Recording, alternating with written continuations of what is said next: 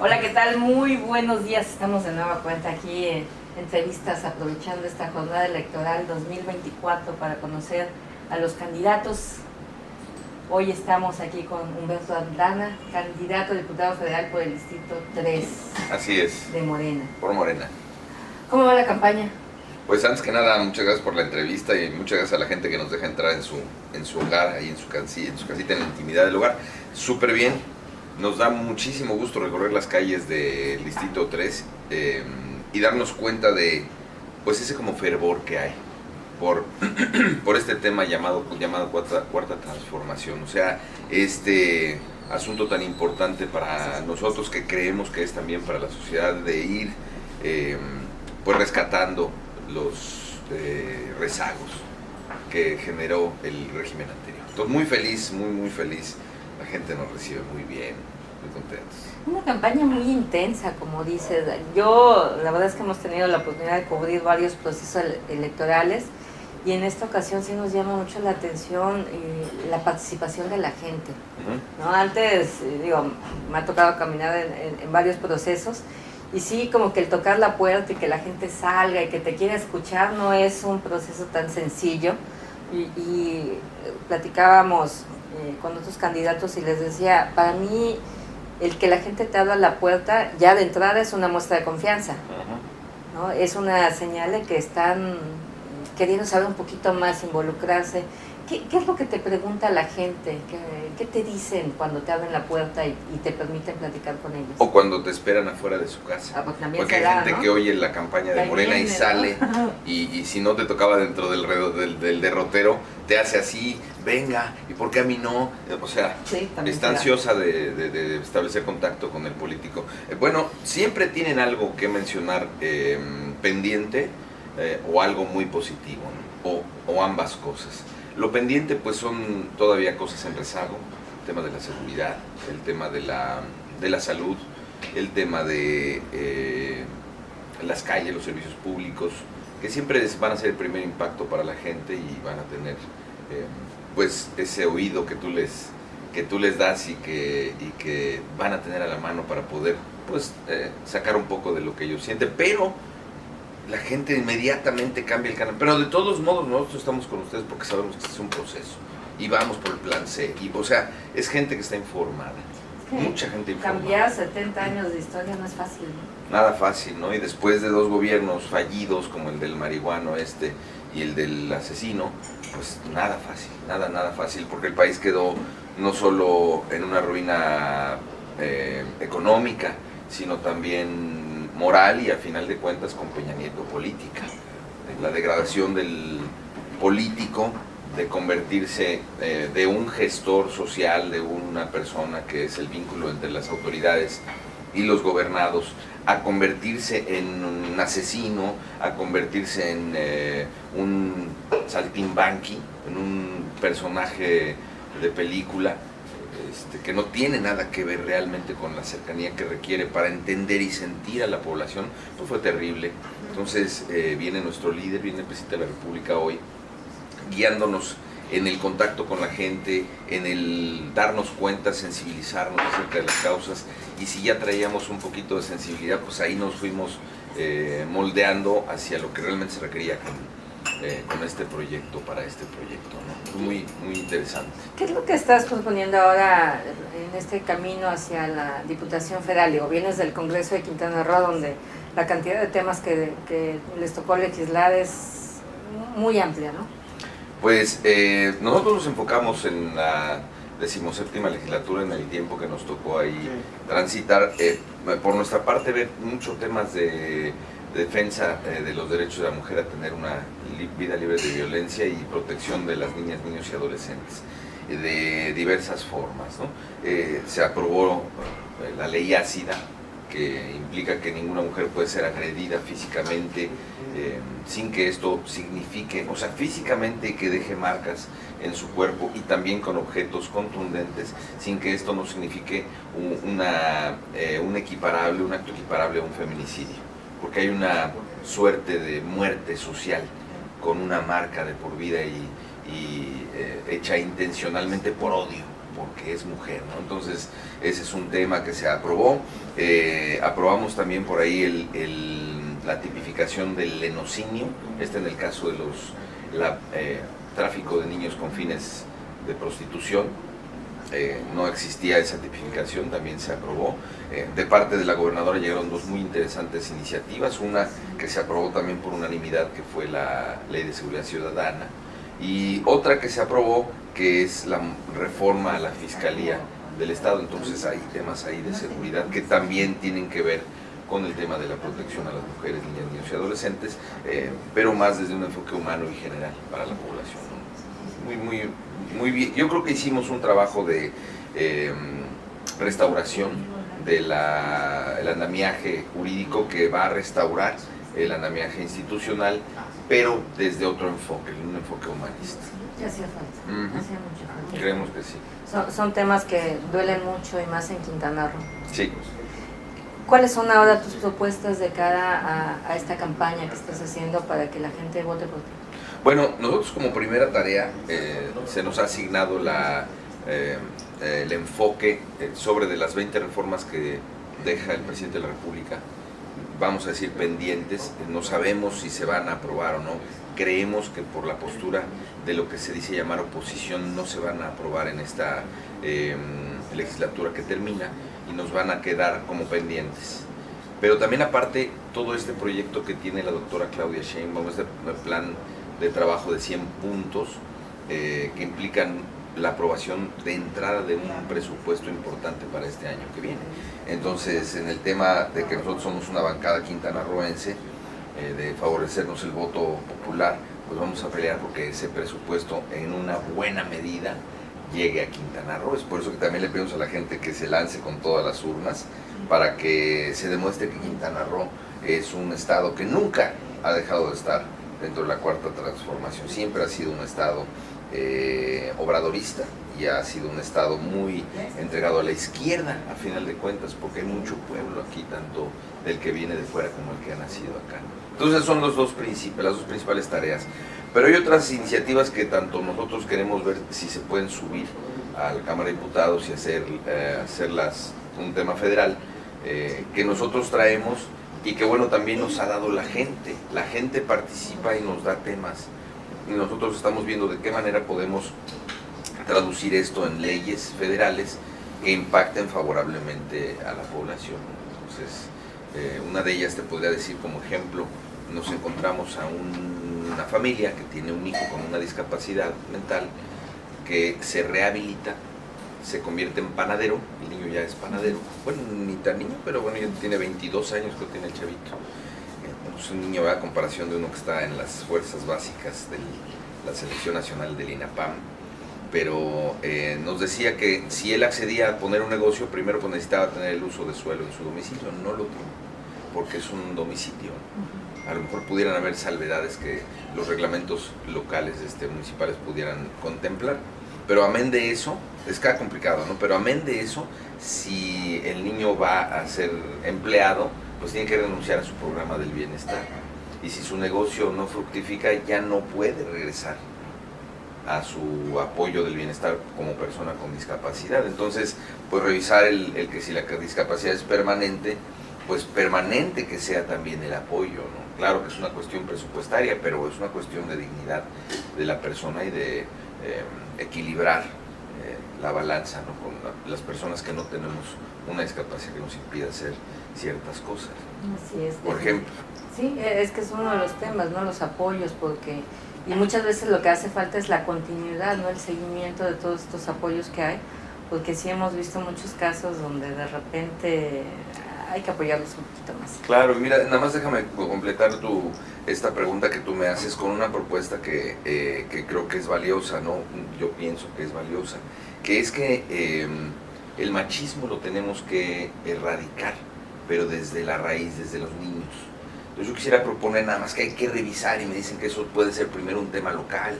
Vamos a ver cómo hacemos para que pueda hacerse o establecerse una asignatura en las escuelas que se llame igualdad, desde la educación básica con la forma de trabajar con los niños a esa edad, hasta el fin de la primaria y a partir de la secundaria que se llame esa materia perspectiva de género.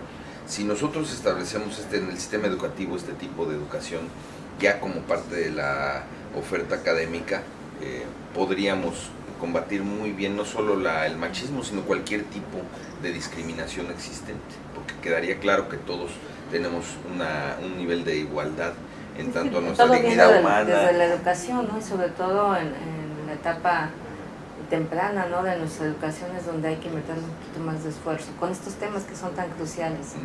Así es. Oye, platícanos un poquito más. Los hemos visto sumamente activos en las caminatas, en todo este recorrido por el distrito que te tocó, que es bastante amplio. Y en este acercamiento con la gente, ¿cuáles son las principales inquietudes? ¿Qué es lo que más les plantean a ustedes? Mira, lo que más surge es el tema de la inseguridad. Lo que nos preocupa. Pues sí, es un tema pendiente, poco a poco se ha ido instalando como un tema, yo pienso y creo desde los cargos que he podido ocupar, que es este crecimiento tan amplio, tan desmedido de la ciudad en relación o con relación a al crecimiento de los servicios públicos y los servicios que presta un Estado, entre ellos el de la seguridad, ahora ciudadana.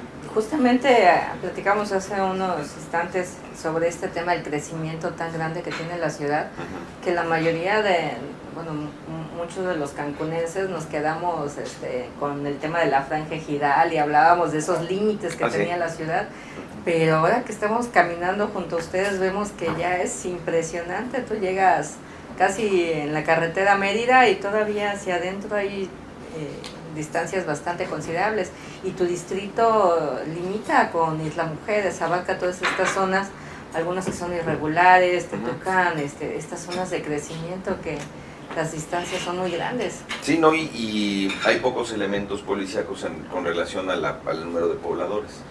De hecho, nosotros tenemos un número bajo del promedio mínimo que se requiere para cada porcentaje o para cada número determinado de ciudadanos de elementos policíacos, pero el reclutamiento es lento. O sea, la gente tampoco está presentando esa gran vocación por ser policías, por ser guardianes del orden, de la seguridad ciudadana. Nosotros pues invitamos a que se sumen. Ya hay unos policías que se van a graduar dentro de poco, entiendo que van a ser como 40, luego otros 50 que vienen en la siguiente generación, y ahí va creciendo el número de elementos policíacos, pero también la seguridad se combate con temas en casa. Es decir, hablábamos hace rato del machismo. Creemos que también combatiendo desde la escuela la discriminación, el concepto de desigualdad que existe entre hombres y mujeres y demás, puede irse tranquilizando, pacificando la población, porque esto es un tema de construcción de paz, no es un tema nada más de seguridad ciudadana. Aquí participamos todos, ¿no? Desde la casa. Todos, reconstrucción del tejido social, por ejemplo, ¿no? ¿Cómo le hacemos, qué actividades estamos haciendo como autoridades para poder restablecer ese vínculo entre ciudadanos, ciudadanas, para generar una identidad? Porque pues, Cancún está hecho de gente en su mayoría que todavía viene de otros lados. No nos conocemos, ¿no? Digo, porque no sabes junto a quién vives. Sí. No, este crecimiento que hay. No es tan complicado el tema de que todo el mundo trabaja, pues, o mucha gente trabaja en la zona hotelera, está todo el día fuera de su casa y casi no se ve, que genera eso que tú comentas, que es no nos conocemos. Y es importante conocerse, reconocerse y establecer vínculos que nos permitan ser una sociedad que se hermane, que sea sólida, que enfrente situaciones como los huracanes, ¿no? Por ejemplo, yo creo que en el Gilberto, con el huracán Gilberto, no hubo saqueos, pero con el Wilma sí. Entonces, ¿qué nos pasó?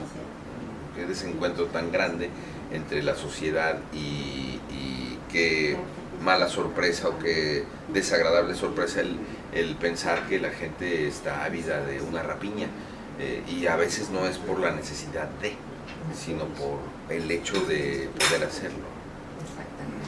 Oye, Aldana, en este camino tan intenso que están teniendo ustedes, la gente se preocupa mucho por los recursos, finalmente todo esto tiene que ver con un tema presupuestal y para ver Hablamos de la seguridad, se requiere dinero para capacitar, para tener más equipo, hablamos de muchos de los problemas que hay en estas zonas, estas colonias, para regularizar todos estos terrenos, pero también el trasfondo es dinero, se necesitan recursos.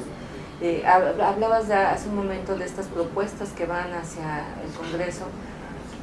¿Qué planteamientos hay aquí para poder traer más beneficios hacia el Estado? Que tengamos los recursos que se necesitan para atender toda esta población que está llegando, ¿no? Todas las demandas que tiene la ciudad, una ciudad muy joven.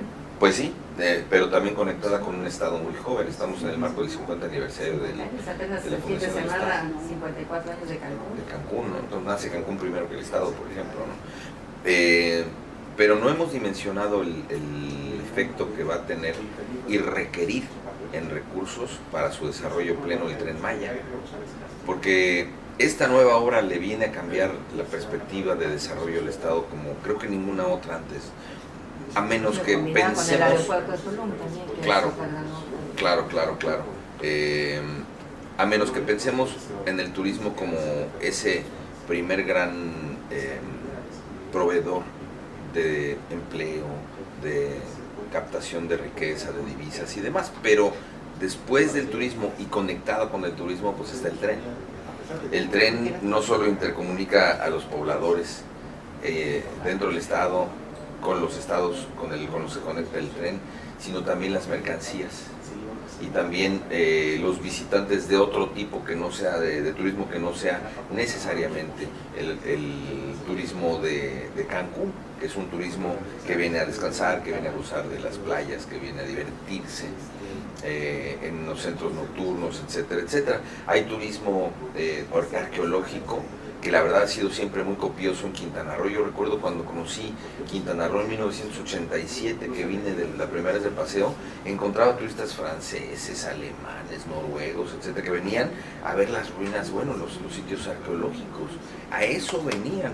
Y justamente esta gente son los que escriben los libros acerca de estos sitios, ¿no? Bueno, entonces nosotros creemos que esto nunca ha dejado de existir, no va a dejar de existir porque tenemos asombrosos sitios, una riqueza cultural increíble y el desarrollo que generen las estaciones del Tren Maya y cómo capten turismo de manera más intensa de esas otras partes y turismo, por ejemplo, de deportes, ¿cómo le llaman?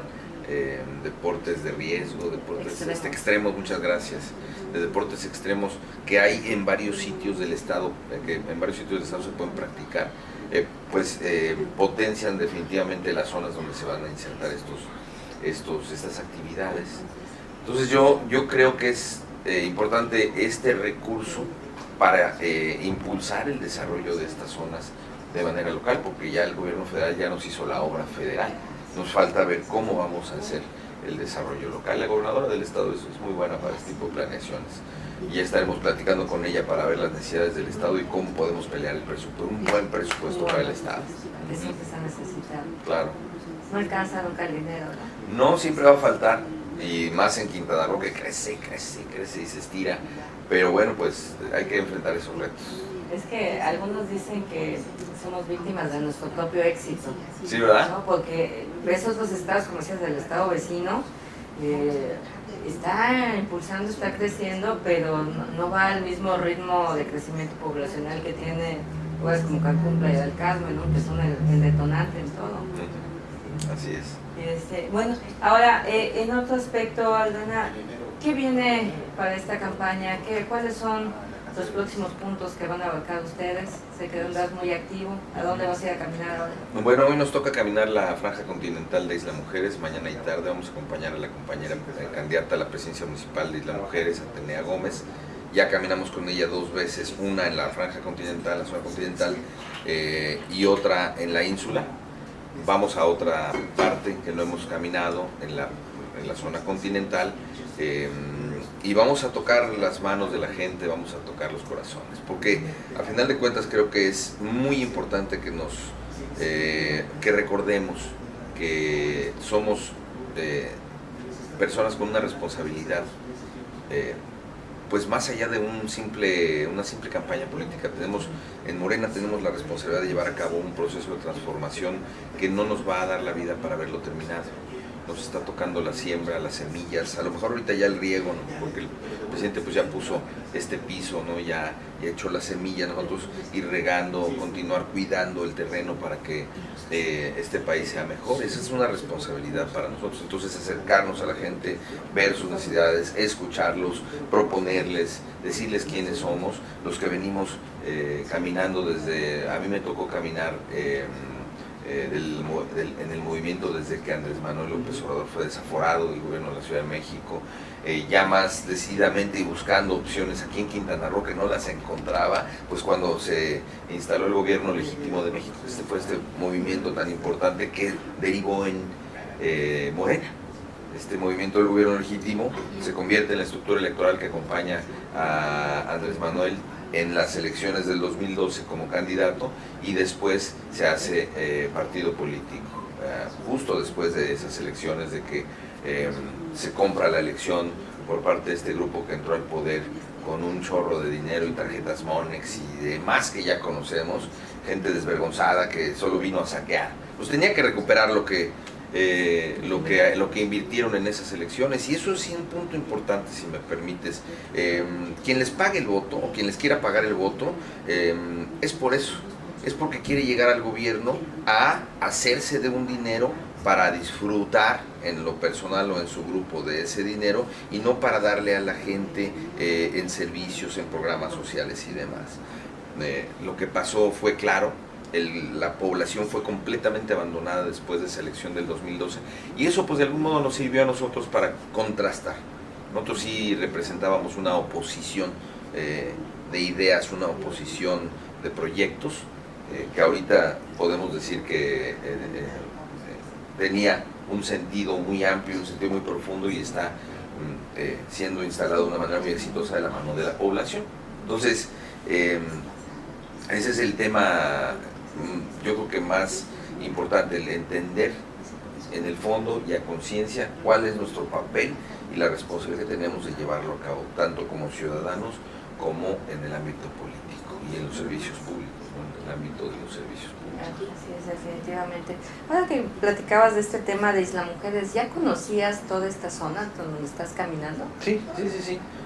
Platícanos cómo es, porque a mí me pasa mucho que cuando hablamos de decimos zona continental de Isla Mujeres, mucha gente no dimensiona qué hay ahí. Se habla, por ejemplo, de que se está construyendo una zona hotelera enorme con muchísimo potencial, que se habla, incluso algunos mencionan que es el otro Cancún, ¿no? El otro crecimiento que hay allá, pero también es una zona que está creciendo muchísimo en el terreno poblacional, ¿no? Hay muchos fraccionamientos que ya están construidos en esta zona y hay gente que no los dimensiona. Hay muchas áreas ejidales y hay muchas áreas que están pobladas con propiedad privada. Hay algunas otras que son todavía, digamos, invasión o zonas irregulares, llamémosle de alguna manera. Por ejemplo, hay una carreterita, el Camino Rancho Viejo.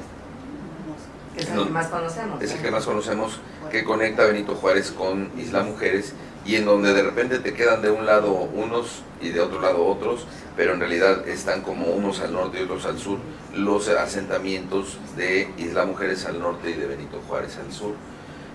Un poquito más hacia abajo, hacia el arco norte, pues está toda esta parte de las zonas irregulares de la zona continental de Benito Juárez. O sea, está pegada. No, ahí tienes que pasar por donde está precisamente hay un arco ahí que delimita Benito Juárez con Isla Mujeres, donde da inicio Isla Mujeres, y entonces vas a esta otra parte que tiene las mismas necesidades muy muy similares, el mismo tipo de población, asentamientos irregulares, el mismo tipo de carencias, por lo mismo, porque la gente que se asienta en una zona irregular, pues sabe que algún día puede tener un patrimonio y asume las consecuencias. Entre tanto comienzan las demandas, ¿no? Porque ellos saben, yo aquí estoy y no tengo calles, no tengo alumbrado, no tengo agua, no tengo drenaje, etcétera, etcétera, ¿no? Les explicamos de qué se trata, entienden bien y son pacientes y siguen luchando. Nosotros admiramos muchísimo a esa gente porque es gente que buscaba un hogar, buscaba un pedacito de patrimonio para poder darle a sus hijos. Y condenamos y reprobamos estas actitudes de que les hayan vendido con promesas y que les hayan vendido 2 o 3 veces y que, bueno, en fin. Pero esa es como un poco la problemática del lado de los asentamientos humanos. Y está esta otra parte que mencionas, que pues es tremenda. Ahorita creo que van como 5,000 cuartos construidos ya en esa zona de lo que es Isla Blanca y para allá. Y se esperan creo que 20,000, si no me equivoco. Entonces es pues una suerte de segunda etapa de Cancún, si englobamos todo dentro del proyecto Cancún. Pero esto está asentado en su gobierno en la ínsula, en Isla Mujeres, que por cierto, la verdad es de que qué bien nos trataron. Yo le doy desde aquí un saludo a las personas, a los habitantes paisanos de ahí de Isla Mujeres, que son gente encantadora y nos dieron mucho calor humano cuando estuvimos caminando por allá. Pero ahí es donde está el gobierno, el centro neurálgico de donde salen los servicios públicos, el tema de la basura, el tema de la seguridad ciudadana, etcétera, etcétera, y que tienen esta pues, situación tan peculiar de estar atrás, del otro lado del canal, ¿no? Entre Isla Mujeres y Cancún. Entonces tiene su complejidad, no es necesariamente algo tan sencillo, pero vemos que hay mucho empuje y hay un proyecto muy interesante que se puede delinear ahí de lo de la Cuarta Transformación. Nada más para terminar con esta entrevista tan amena, ¿por qué votar por Humberto Aldama? Bueno, soy fundador del partido. Vamos a decir somos, porque somos un equipo. Tenemos la convicción de ocupar cargos públicos desde el encargo que tenemos por ser personas que primero fuimos protagonistas del cambio verdadero, que nos hicimos llamar por cuestión de estatuto del partido protagonistas del cambio verdadero, y esto nos hace ser moralmente responsables de nuestro caminar en el ámbito político, del cargo público que representamos y del ejercicio del mismo. Tenemos que ser congruentes con los temas de austeridad, honestidad, servicio al pueblo y pensar siempre primero en los más pobres y en los más marginados. No hemos hecho crecer nuestras riquezas personales, no tenemos. Por ahí un irresponsable locutor de radio dijo que yo tenía una casa ya comprada, que tenía unos coches. Desde aquí le digo que es un mentiroso, lo siento mucho, de verdad. No voy a decir su nombre, pero él sabe quién es. Y bueno, no somos iguales a los que probablemente pasaron antes por estos cargos, y tenemos la firme convicción de estar siempre viendo los intereses de la nación, los intereses de nuestro estado Quintana Roo antes que los propios. Pues bueno, te agradezco muchísimo la entrevista. Ya saben, a nuestro auditorio, Distrito 3, Diputación Federal. Solo por Morena. Solo por y no vendan su voto por ningún frijol aunque no tenga gorgojo. Pues muchísimas gracias, nos vemos en la siguiente entrevista.